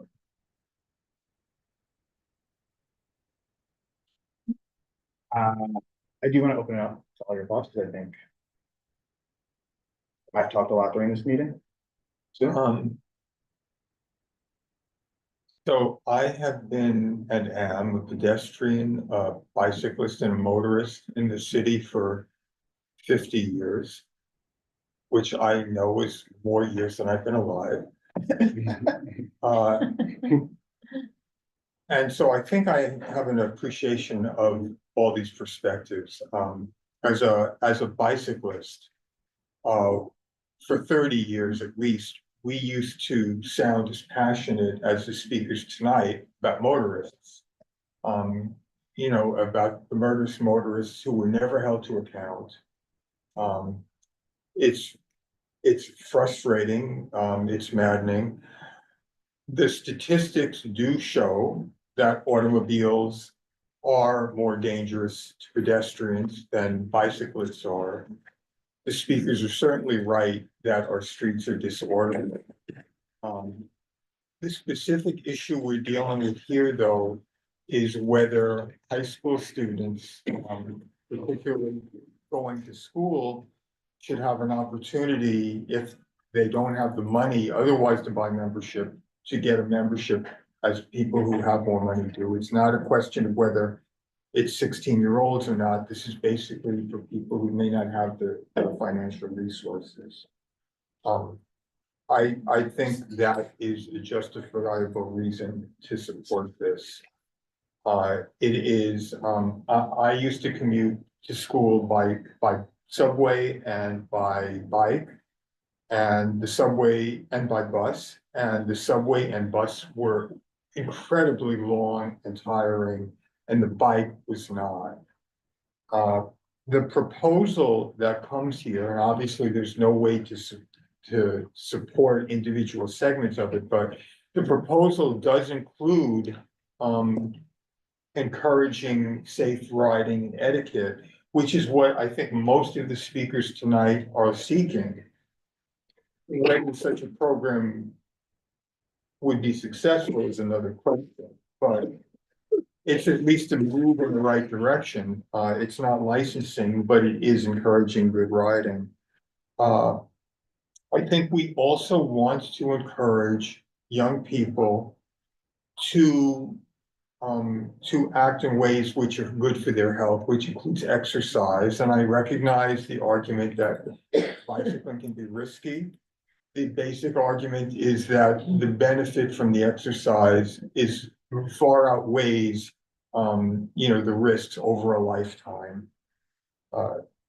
So I think, and I do appreciate some of the comments about, you know, the questions about insurance and questions and the fact that the streets are disorderly, and riding on the sidewalks is actually a question we're taking up in public safety.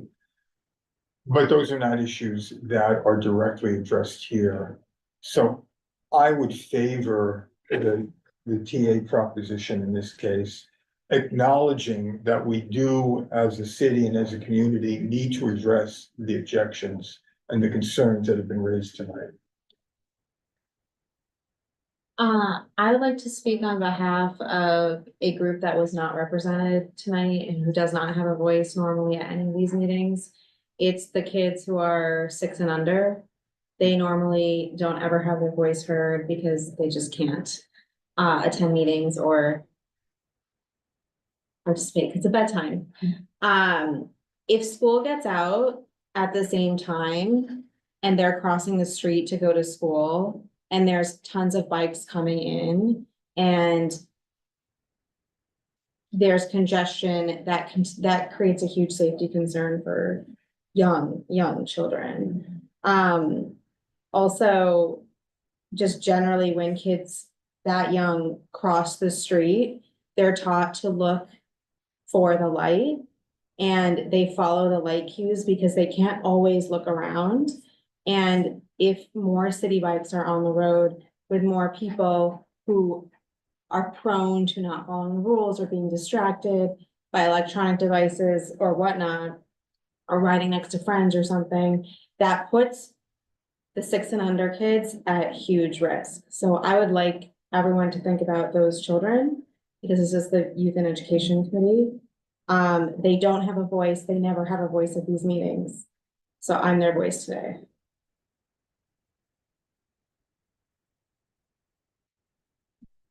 Oh, please, no, please. Okay. I like the idea of making bikes affordable to students. But I don't feel it should be done by a private for-profit organization. I think it should, if it's done, it should be a public program. And I also think it should exclude e-bikes because of the safety problems. So I wouldn't be able to support this resolution. I think excluding the e-bikes is, in my view, a necessary element for anything that we. For me to vote yes, that was a baseline requirement. The complete absence of any mandatory safety protocol outside the most basic wearing your helmet is entirely insufficient, I think, and does not acknowledge any of the realities of, no offense, the youngest eligible population to ride a bike, doing so in an area as congested as Manhattan. If we were in rural Oklahoma, it might be a different conversation, but we're not. There's real issues, I think, with enforcement. I really dislike that they put Riley in the position they did today. The way this was framed to me is that this was, I thought it was gonna be a much more rigorous presentation. I don't blame Riley for that. I still really don't understand the relationship between the subcommittee he's on, its limitations and its power, or its relationship with the broader TA, which none of which was explained or made clear to me. And, you know, that it seems misleading to me at best, perhaps unintentionally so, and I don't want to speculate. I feel a little bit like the rug was pulled out from under me. And I don't like that feeling. And all that to be said, I think there's some concrete deficiencies, but I get I always am persuaded. I get what you're saying. I really do. And it's interesting how the boogeyman changes over time. I'll reveal, like, I don't know if the camera will pick this up, but I also am a cyclist. And it is frankly dangerous. I mean, that's why we're at home.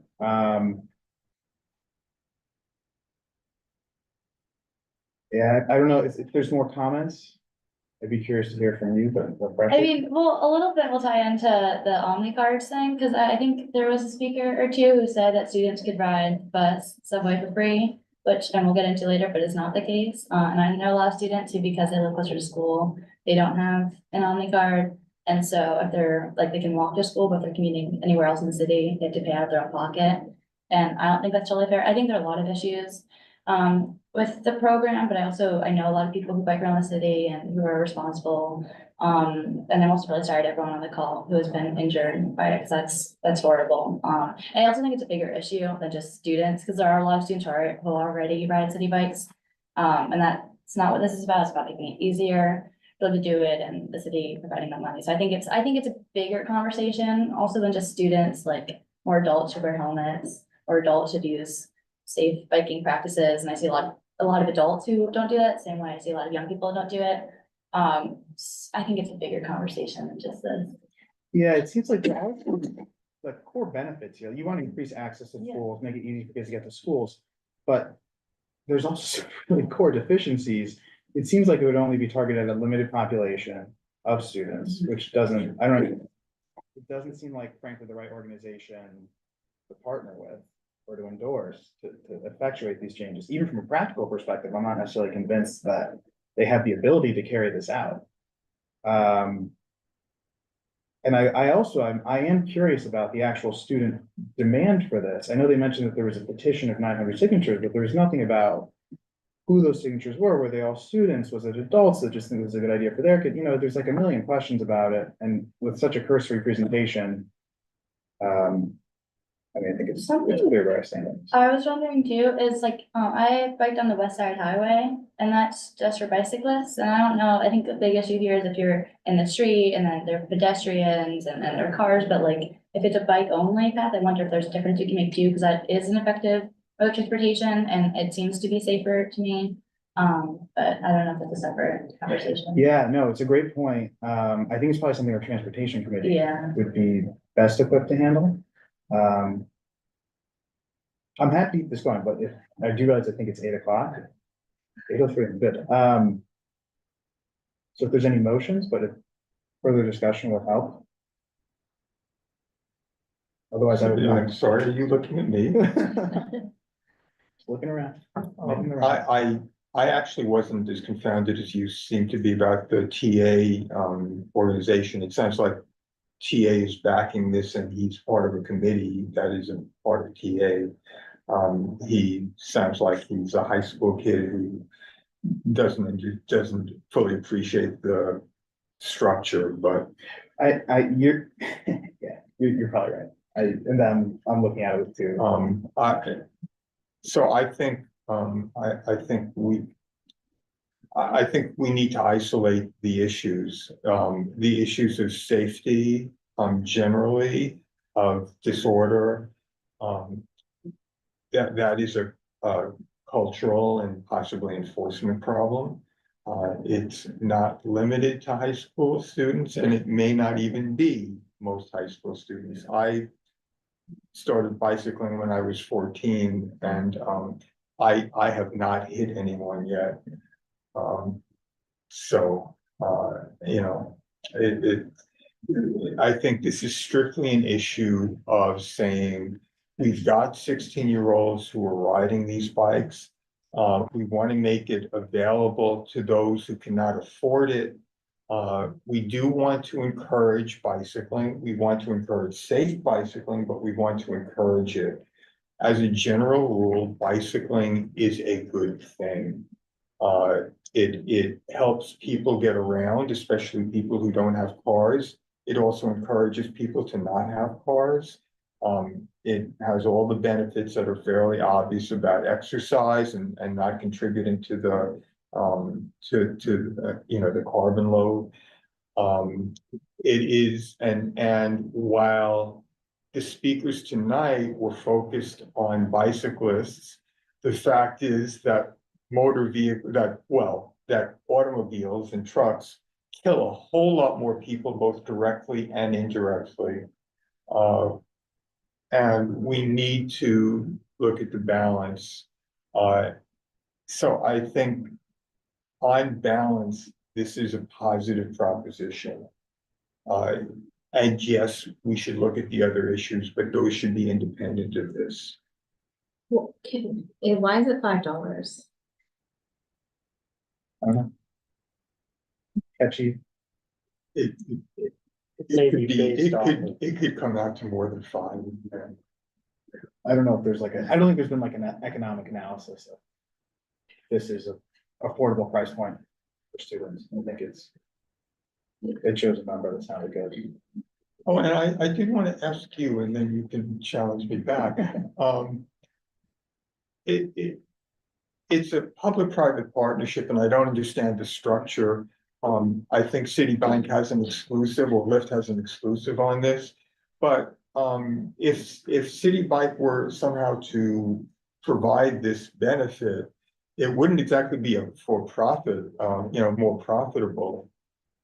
Yes, I think it would, because the the city would be subsidizing Lyft, Citibank and Lyft with public funds. It's And it's a possible, but it private- wouldn't it's a necessarily private be organization. at a level of profitability.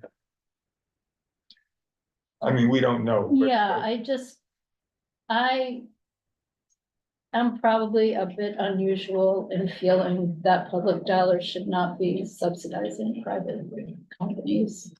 I think that when the public sector pays for and administers a program, it's usually at a lower cost. It's I think, more efficient. I'm just very wary of these kinds of public-private partnerships, which is a very kind of bucolic way of looking at it, I think. And also, I thought that what people were saying was that Lyft is a paying client to, transportation alternatives. It sounds like what they're saying is, I think that's probably not an accurate description, but I'm guessing what they're saying is that Lyft is contributing, is a donor. You have to be TA. donor status as a 501c3. But, it's always hard, just as with political donations, you also donate to the candidate who already stands for your position. TA has been advocating this stuff for years. I used to be and am not now a member. I actually have disagreements with the organization, so I'm not advocating for it. But this has always been TA's position. Lyft is giving them money because TA is doing what they already want to have done. Yeah, this is the first time I'm hearing about transportation alternatives, so. I didn't know that I either. was just, going on sort of what people have been saying. But my question to you is, you don't distinguish between e-bikes and non-electronic? I'm sorry, have I? So when you were saying that you were supporting this resolution. Oh, it sounded- I would actually be willing to draw that distinction between. I had never heard the term acoustic bikes before, but it is actually, I looked it up, it is a term. I actually like that distinction. I feel more comfortable. I think that would be a fair compromise. And just to interject, answer the question about why $5. There's a current program for SNAP recipients and NYCHA residents. Yeah, they pay $5. So this is, It's $5 out Piggyback. of their pocket and then the city subsidizes the rest. well, I don't know if the rest is subsidized. But it was acknowledged that that's the model that was used for this. Thank you for pointing that out. Sandy, I see your hand is up. We're going to promote you momentarily.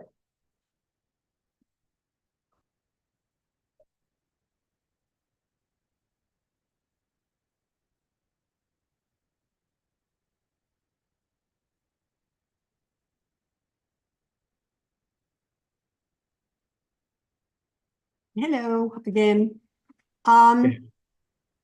So just for what it's worth, for context, Comptroller Lander in 2023 published the financial obligation, the contract for Lyft for City Bike. And the bottom line numbers ended up being that City Bike Lyft collected $36,087,781 in bicycle ridership revenue, plus another $16,741,000. So in other words, we're talking about, more than 50 million. And the cut for New York City was a measly 501,336 that went to the DOT in the shared revenue. So you can think it's fair or not, but the point is that it was the taxpayers who basically, I think, got shortchanged with the use of our public sidewalks and streets for kiosks, etc. So that's some context.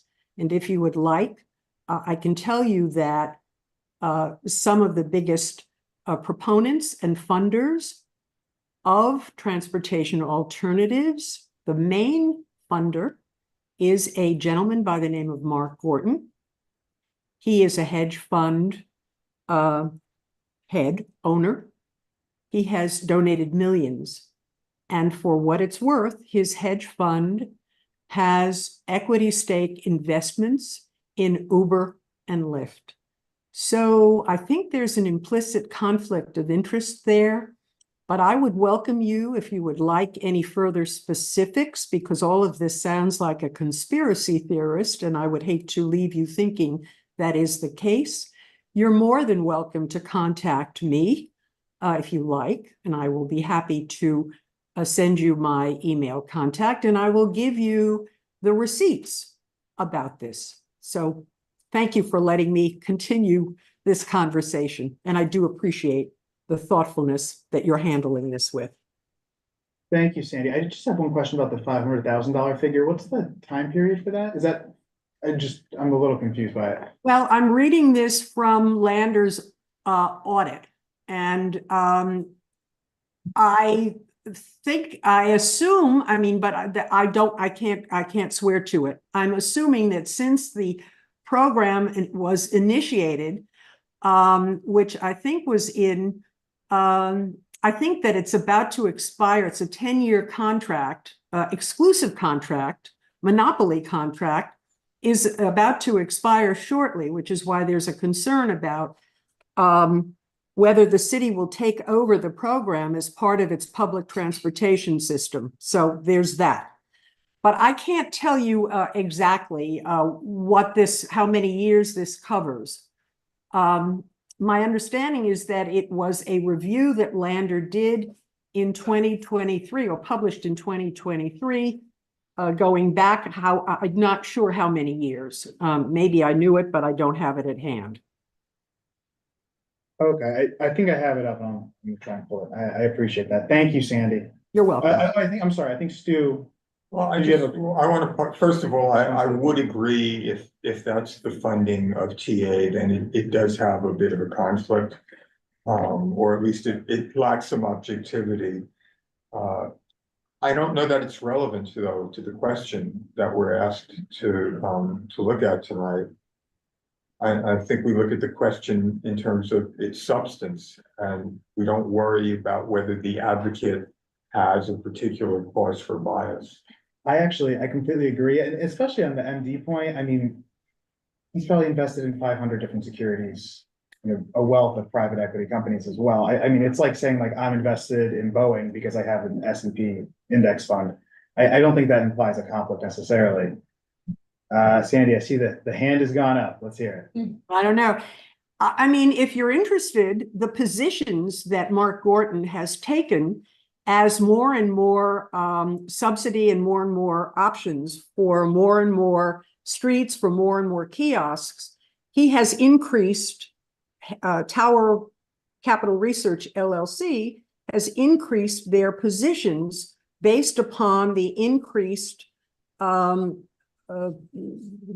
monetization of City Bike Lyft. There again, I have the actual receipts. You can see the difference between the Tower investments at one point, and then the progressive implementation of thousands and thousands of shares going forward over a 6-month period. And so while this seems not to have any relevance to the issue at hand, the point is that it redounds to Mark Gorton's benefit to continue to have transportation alternatives, use of expanded bikes, e-bikes, city bikes, etc. So I think that there is a thread to be drawn. I do. I think if you follow the money, there in fact is a direct correlation. So I'm sorry, I'm going to never bother you again. No, please do bother me again. I really, you're very sharp. There's no way You you have to be 80 years old to get sharp like me. No, I really appreciate it. Again, there's no way you know this. I'm a securities litigation lawyer. The fact that he is increasing shares as part of his overall portfolio without more is not indicative of malicious intent. There very well could be malicious intent or some sort of conflict, but you know, the fact that he's increasing his shares or he's changing his position just means he's trying to make money. And I prosecute these people for a living. Except that he's funded several 501c3s. He runs Streets Blog. That's like Fox 5. He's like the Murdoch of the biker bros. And indeed, no, he does. He is the funder of Streets Blog. He is the funder of Street Films. He is the funder of Open Plans, which has been part and parcel of this. They are 501c3s. They're not supposed to be political. They're constrained from doing so. The amount of lobbying that has been done is, as far as I'm concerned, over the edge. So there's a lot more to this, and it's more complicated than superficially meets the eye. I just want to say so. I just want to clarify, is the resolution for City Bike specifically to administer Let's pull it up. $5 program? Well, it could be this, or it could be whatever we want. Yeah, so we can do whatever we want. Sandy, thank you again. I'm gonna put you back to. I thought we were discussing this. Yeah, but if you have a specific change. resolution. Oh, yeah, Sorry, John. No, you're resolved. You could flip it upside down. We can do whatever we Free want. bikes to everybody. Yeah, I think as Okay. submitted, it was specific to City Bright. But if, Okay. yeah, sorry. yeah, because that I couldn't sign on to, specific to City Bike.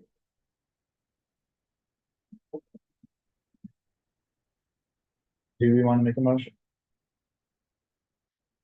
Do we want to sit on it? I mean, we can continue discussion. I mean, it's been, We don't have to vote on it, so.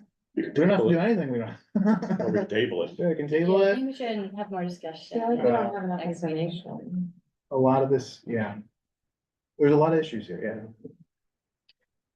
So I would be in favor of tabling. Second, third, Alright. is on time. Great. For those still listening, thank you very much for all the input. This was certainly one of the more robust discussions we've had. I think it benefited from all the engagement.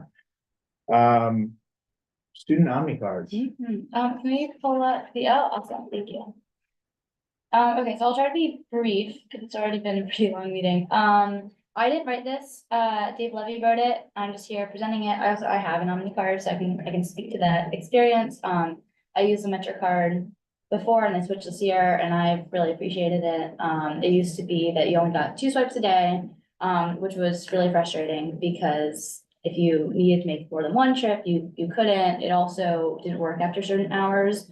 And it was pretty arbitrary, so I looked it up and I think I'm like 0.7 miles away from school, but I walk to school, so I don't take the subway and I don't take the bus. And then I have a friend who also walks to school, but maybe it's like 0.4 miles away, doesn't have the card. I use this for community board, that's most of my subway travel. My friend still uses the subway, she just doesn't get to use a student pass for it. It's been a big improvement, it also works on weekends, which is really nice. This 4 swipes is really helpful. It's all hours, and it's also just kind of like, if you can use it on weekends, if you can use it more than, 2 times a day, like, it's not really just for going to school. So it seems pretty arbitrary. I mean, I'm happy to take questions. I didn't write this, but I can take questions about, the way it works or how it worked in the past from my experience as a student, user of it. Yeah. Not a question, but a comment. It's great. I have 3 high school kids and it's heaven. It's so awesome. I'm really enjoying it. It's, And they can go up to the Met if they want, and it's just, it's the best. it opens up the city. Totally. Yeah, no, I'm a big fan of it. I think everyone should have access to it. Why don't private school students get it? Oh, so I am a private school student. So Oh. private school students get it too. Oh, that's a change that happened. No, so that was applicable before. It's just the distance. Oh, the So distance. anyone who's over 0.5 miles away from school gets it. So I've always gone to private school and I've always had access to it, and I had access to the MetroCard and I have access to the OmniCard. It's just the OmniCard allows me to travel with it on the weekends. It has more swipes, also hours. So like, I don't know the exact time, so forgive me if I'm wrong, but I want to say it was around 8 p.m. that it stopped working. And so, like, if I still have a MetroCard, I actually wouldn't be able to use this to get home. So this it's 24 hours a day. And it also used to be by semester, so you couldn't use it over summer break, things like that. And this is 365 days a year. Has there been theft associated with OmniCards? I don't know anything about that. I mean, I just know like kids use it and it's helpful, and sometimes they use it for school. There's some kids who, like, I know kids who bike to school who technically qualify for it, which is a whole other discussion, but a lot of kids have used it for other events that aren't school related. So it's always kind of been used that way, but this makes it a lot more helpful and also makes it a lot more unfair if you don't have an OmniCard. When you asked about theft, were you referring to students stealing them from, or people stealing from students? Yeah, I haven't heard anything. Because there's always people asking for swipes. Oh, yeah. So if a student drops the card. I don't know anything about that, just anecdotally. Yeah, I was just wondering. I haven't heard anything either. Yeah, I think Every it's- time I go to Subway, somebody asks for a swipe, that's why. Students hold on to it. Students are pretty protective of their OmniCards. Yeah. So there's a new issue just because of the way it's designed, because you don't swipe it in, you just kind of tap it. You can't have it next to anything like magnetic. So everyone's keeping it in a separate place. So people are pretty protective of it and careful with it. What age do you get a card? Oh, that's a good question. I have had it for years. I'm not, does it say in the Cause you resolution? take the bus until a certain. I took the bus at my old school, I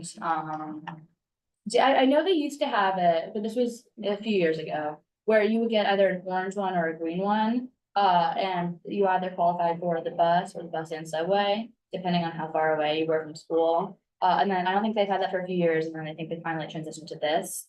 So I think they've been kind of ramping up your ability to use it. So I don't know exactly what age. Can you? Yeah, I think it's K through 12. Yeah, I always remember having it. I've had it for a really long time. So yeah. Kindergartners take. Well, I mean, they have to like. I think But so then the parents don't have to pay for it. Yeah. Oh. I mean, I have friends They who've always provide taken a bus. subways to school, so I think instead of their parents having to pay for it, they can just swipe in their kids with the school MetroCard.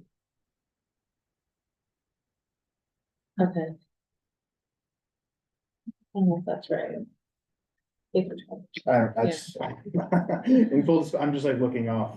Why would the First city thing pay for a bus and then also pay for a kindergartner's subway fare? It's a good question. Well, and I know at the school I go to, not everyone qualifies for the school bus. It's only if you live in certain neighborhoods. So it might be also in the resolution for this one specifically, not talking about the past, but for this resolution now. The resolution states that we would be asking to lift the restrictions for students to live within 1/2 mile of their school and those who take the school bus. Because now it's really not just for school use. If they're saying you can use it on weekends, you can use it more than 2 times a day, plus more than a round trip. And so it's basically saying that kids who technically qualify, like I do, I have access to all sorts of city resources, which I think is kind of the design of the program, which has been great. But then it is pretty arbitrary because I mean, I'm usually running a little bit late to school, so I'll do like a little jog and I'll get to school within 10 minutes. But I still qualify for it, even though it really would be convenient for me to use a subway or a bus. I can just walk. And then I have friends who also walk, and it's, it's a bit of a schlep for them, and they don't have a card, and then they can't use it on weekends, but they still commute throughout the city. And, they have to pay for that themselves, so it does seem pretty unfair. The city's website is saying, kids as young as kindergarten. Yeah, I remember having it since I was really little, so. Yeah. Unless there's other discussion, I would move to support this resolution. Me too. Oh, I guess let's move for a vote. Second. So, you by roll call? Yeah. Have we But seconded? when it says all students, it means to, like, students. Who's being left out right now? Sorry. Oh, so I mean, I know people at my school who live closer than a half mile. Just the distance basically. Yeah, just the Okay, okay. distance, yeah. Should we just get rid of those 3 words? Special Sorry. education. What was I, which 3 words? To all students. Why? Because it's like, I don't know, I feel like it introduces a little ambiguity. Really? And Because some students have it, but not all students do. I'm So sorry, I would what's say the not just- ambiguity? it's the same question, well, yeah, let's just say. Might I offer saying to students without regard to geographic?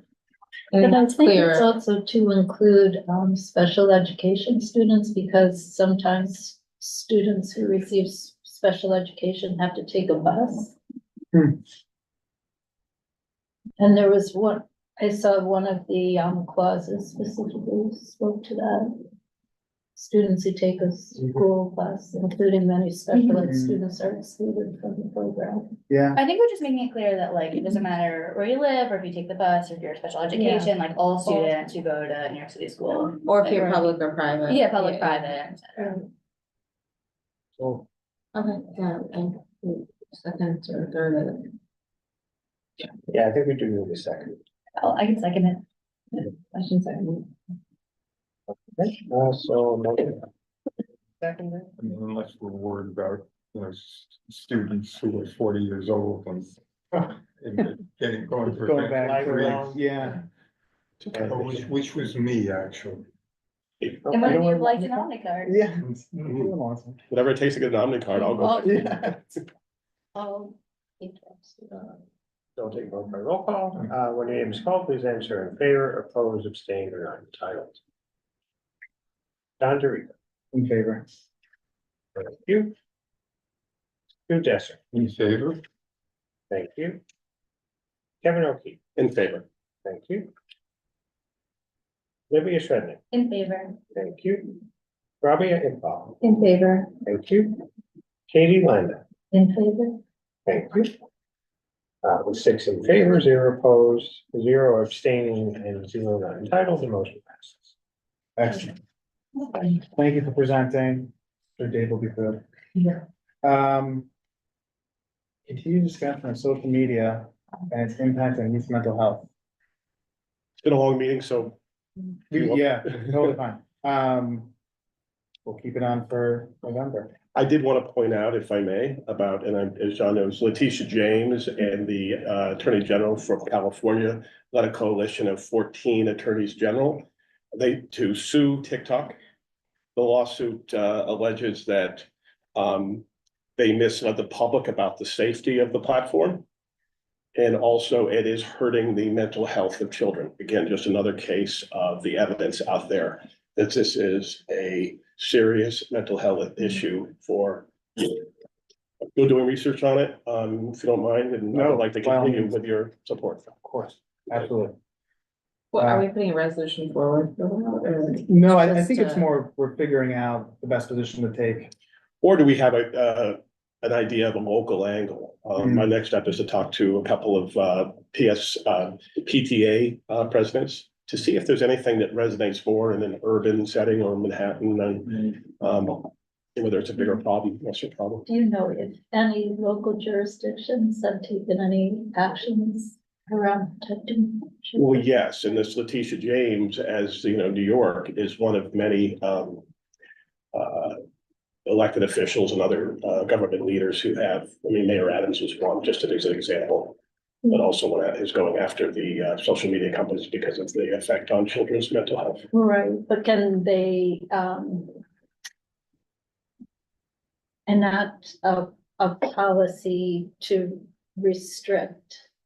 I don't even know the language because I'm so bad at tech, but to restrict the way an app operates within like a Yes, certain location. yes. So for example, and I don't want to take up too much time, but the Infinite Scroll,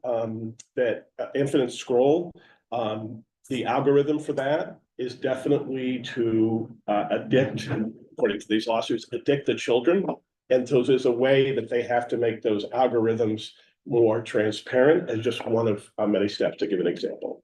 So they can have a better breakdown of how the social media companies use it to maybe influence children's minds. Anxious Generation, if you haven't read it yet, What's but Anxious Generation. the book. Yes, I do want to read it. Thank you. It has all the stats written. Thank you. Yeah, thank you. Continued discussion of youth homelessness. I know we discussed perhaps some different directions we could go with this. If you have an update, we'd love to hear it. Otherwise, we can touch base. I Yeah. have a question. So, Livia and I are also on the Housing and Homelessness Committee. Yeah. And, last night we had our meeting and I asked whether, we could, write a resolution supporting, there's a bill in the city council now, Proposition 210, that would restrict city agencies from putting limits on the length of time that individuals and families can stay in shelters. So this also really impacts, children and schooling, because right now families can only stay in a shelter for 60 days and then they have to reapply and they're shifted to another shelter. So this can be a real problem for children and youth who are enrolled in schools, especially, younger children. So the Housing and Homelessness Committee does want me to go forward with this. So I don't know if this would be something that the two committees would do or that I should just do with the Housing and Homelessness. Yeah, no, I don't want to step on their toes. If you already have Okay. something established with them, Okay. let's go with that. Okay. Then I would be Yeah, really that's great. interested in going forward for this committee with this idea, with a resolution around enforcing the class size limits that have been Oh, passed yeah. by the state. Yeah. That I think 60% of schools in New York City are still over that limit. And I really love this this proposal of the controller's office in New York. Appleseed is around reducing class size in a way that further integrates schools, because a lot of schools have lost enrollment. Yeah. And so they're thinking one way to, meet the class size mandate is to merge some of the schools. Yeah, that's great. Together, and I really like, I haven't read the whole thing yet, but I'm just very impressed with this proposal. A lot of people probably are. That's great. That sounds fantastic. I love Okay. that idea. I don't know if there's anything else on that, but it seems great. And thank you for flagging that the other committee's doing a related topic. That's definitely the right way to go about it. Chair's report. Let's waive it. Thank you all for a very robust discussion on the first agenda item. And very respectful questions and engagement. Really appreciate it. Old or new business? No. Okay. Is there a motion to adjourn? To adjourn. There are no objections, we'll adjourn. Being none, the meeting is adjourned at 8:36 PM. I think our longest meeting